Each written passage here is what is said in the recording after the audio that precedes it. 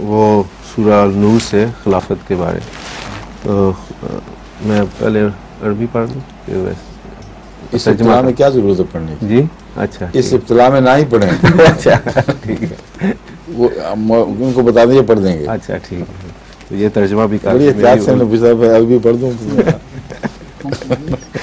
یہ آئے اور یہ ترجمہ ترجمہ آپ پڑھ دیں، اور جو اصل عبارت ہے قرآن کریم کی یہ مول صاحب پڑھ دیں گے، امام صاحب. سورہ نور کی آیت استخلاف ہے جس کے بارے میں یہ سوال کرنا چاہتے ہیں. وعد اللہ الذین آمنوا اعوذ باللہ من الشیطان الرجیم. وعد اللہ الذین آمنوا منکم وعملوا الصالحات لیستخلفنہم فی الارض کما استخلف الذین من قبلہم ولیمکنن لہم دینہم الذی ارتضی لہم ولیبدلنہم من بعد خوفہم امنا یعبدوننی لا یشرکون بی شیئا ومن کفر بعد ذالک فاولئک هم الفاسقون. ترجمہ بھی کر ہی دیں. آپ پڑھ دیں. ہاں وہ آپ زیادہ سے پڑھیں گے اس لیے میں کہہ رہا ہوں. اللہ نے تم میں سے، اچھا اردو ہے جی پھر ان کو ہی دے دیں. میں نے آپ انگریزی ترجمے کا قرآن لائے ہیں، وہ you can read much better. سورہ آیت کا ترجمہ تفسیر صغیر میں یہ دیا ہے کہ اللہ نے تم میں سے ایمان لانے والوں اور مناسب حال عمل کرنے والوں سے وعدہ کیا ہے کہ وہ ان کو زمین میں خلیفہ بنا دے گا جس طرح ان سے پہلے لوگوں کو خلیفہ بنا دیا تھا. ٹھیک.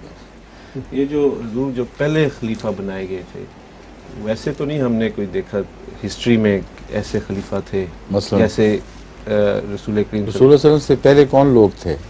بنی اسرائیل اور دوسرے قوموں بھی. مان پہلے کون تھا؟ حضرت عیسیٰ. حضرت عیسیٰ علیہ السلام. ان کی یہاں خلافت نہیں چلی؟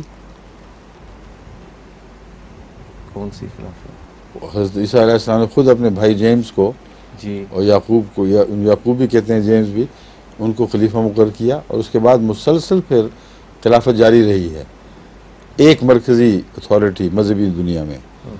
اور وہ جب سینٹ پال نے آ کے جی مذہب میں پول فساد بھی پھر پھیلایا خلیفہ ہے، تھا کہ وہ بھی خلافت کے نام پر اسی طرح پہ چلی ہے.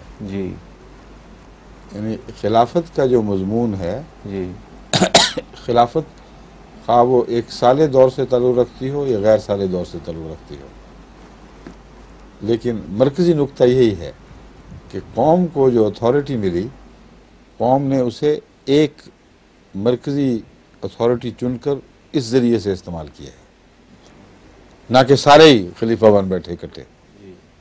تو کما کے لفظ نے رہنمائی فرما دی ہے، تم خلیفہ ان مان میں ہو کہ تم بحیثیت قوم میرے نمائندہ ہو، لیکن تم میں خلافت رائج اس طرح کی جائے گی جس طرح تم سے پہلے لوگوں میں خلافت کو رائج کیا گیا، اور وہ ایک مرکزی اتھارٹی یا مرکزی صاحب امر کے ذریعے خلافت کا نظام جاری ہوا ہے. اور اس بات کا قطعی ثبوت کہ یہی مضمون ہے یہ ہے کہ اس آیت کا وعدہ رسول اللہ صلی اللہ علیہ وسلم کی آنکھیں بند ہوتے ہی سب سے پہلے پورا ہونا چاہیے تھا. سمجھے؟ کیونکہ یہ وعدہ مستقبل کا ہے. رسول اللہ علیہ وسلم تو اللہ تعالیٰ کے خلیفہ ہیں. الذین آمنوا منکم وعملوا الصالحات، تو رسول اللہ صلی اللہ علیہ وسلم والی خلافت مراد ہو ہی نہیں سکتی.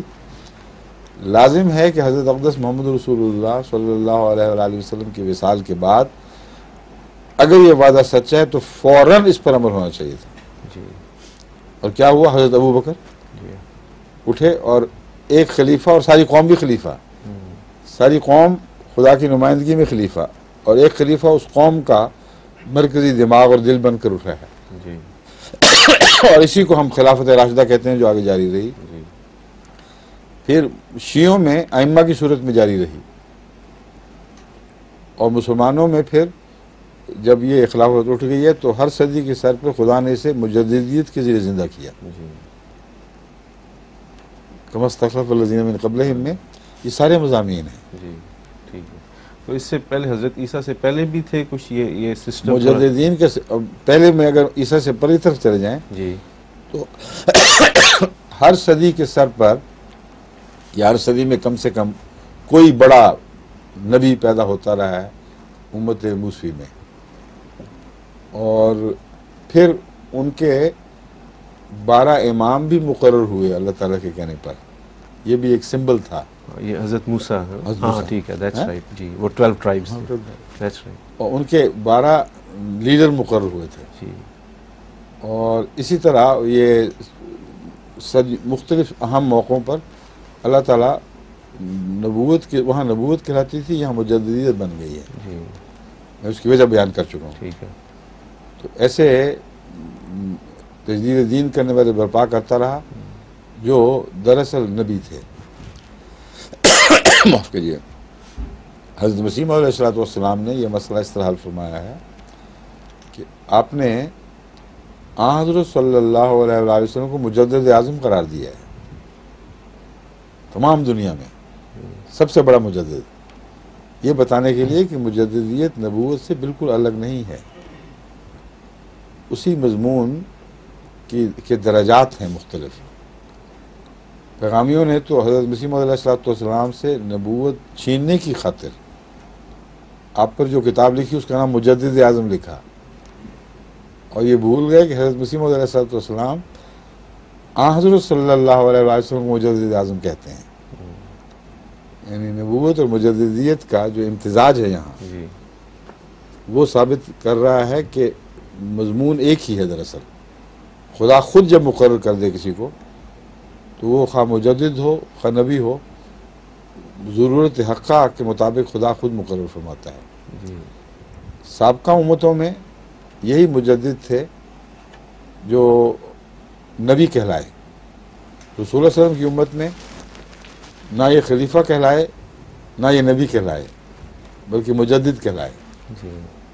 کیونکہ خلافت میں ایک رنگ حضرت صلی اللہ علیہ وآلہ وسلم کی نبوت کے فیض کا یہ ملتا ہے کہ خلافت عالمی ہی ہے, مجددیت عالمی نہیں ہے. یہ بڑا فرق ہے.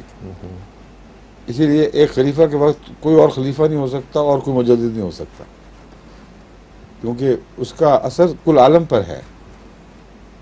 مجدد ایک زمانے میں ایک سے زیادہ بھی پیدا ہو سکتے ہیں, ہوئے ہیں, اور قومی اور علاقائی ہو سکتے ہیں, اور آئے اور ایک مدت تک اصلاح کر کے اپنا دائرہ اختیار استعمال کر کے واپس چلے گئے, اور اگلی صدی سے آگے نہیں بڑھا ان کا دائرہ اختیار. اگلی صدی کے سر پر ایک اور کھڑا ہو گیا. تو یہ باتیں ایسی ہیں جو گہری نظر سے دیکھیں تو پھر سمجھ آتی ہے کہ کوئی تضاد کہیں نہیں ہے. اسلام میں باریک سے باریک حکم بھی ایک دوسرے کے ساتھ مربوط ہے, اور سارا نظام ایک مکمل نظام ہے خدا کی وجہ سے.